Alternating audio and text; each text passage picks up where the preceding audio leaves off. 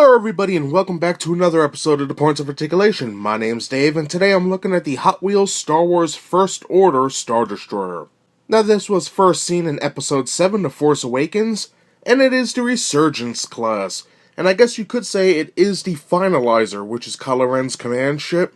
Really cool. I wish we got to see a little more of it besides the underbelly when Poe and Finn escaped. But it is what it is, and with the new movie The Last Jedi, hopefully we'll see some of these bad boys in action. So for the size of this ship, it's about 4 inches long. It's a nice beefy ship. Very thick, very long. So we do have a lot to cover today. We're going to look at the mold, we're going to look at the paint, put it on its stand, compare it, and then we'll be done. So let's get moving. Starting off this review looking at this beautiful mold, they did a great job. Look at all these lines and panels.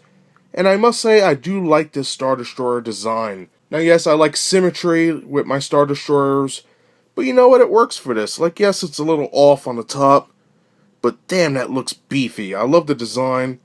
I like how under here in the trench, it's all open. You could see through it. And they have a bunch of lasers and hangers in there, apparently. Very nice. Again, all these nice lines, raised sections. Right here we have our shield generator and comms array. Now the only problem I have with this mold is right here. See how they molded it all as one piece? In the film, with the brief shots we do get, this is hanging off just like over here. But for the ease of Mattel to make the mold, they just made it one piece.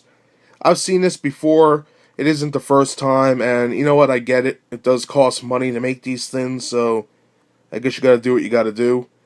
But that's my only major gripe with this whole ship. Moving down to the back, we have our nice engines. Look at all that detail back there. Really cool, all these little raised sections on the sides. Great. Now for the bottom, of course we have our rivets holding it together, 3 of them. Our peg port. Our copyright crap is on the sides of the ship. And then we have our main hangar bay, or I guess you could call it main docking bay, whatever. We have our shield generator and or reactors. I have seen some people label this as a shield generator, others reactor core. So if you guys know the answer or you're better with it than me, let me know in the comments below. I know in Rogue Squadron and a lot of different games where you take down Star Destroyers, usually this down here is a 3rd shield generator.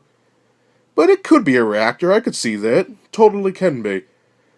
But besides that, look at all the great detail down here. Nice raised sections, rectangles, couple odd polygon shapes down here.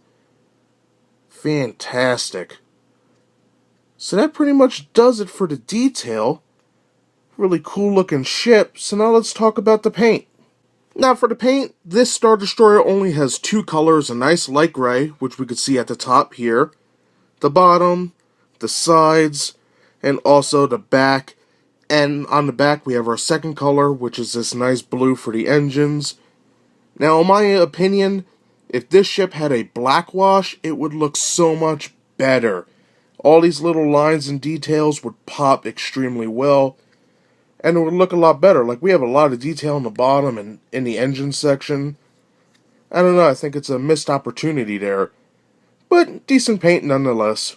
Now you may be asking, what is this? This is actually paint rub. So what you're seeing here isn't black, it's just the metal underneath the paint. That is my bad. But what are you going to do? So let's get this beautiful ship onto a stand, and then we'll compare it, and we'll be done for today. And just like other Hot Wheels ships, you get a cool stand and a connector port there. Plug them in, hear that click, and you're good to go. For comparison, I have it next to the Imperial Star Destroyer, which is a reissue from Hot Wheels. Very nice ship. And over here we have the Black Series First Order Star Destroyer, or Titanium if you will.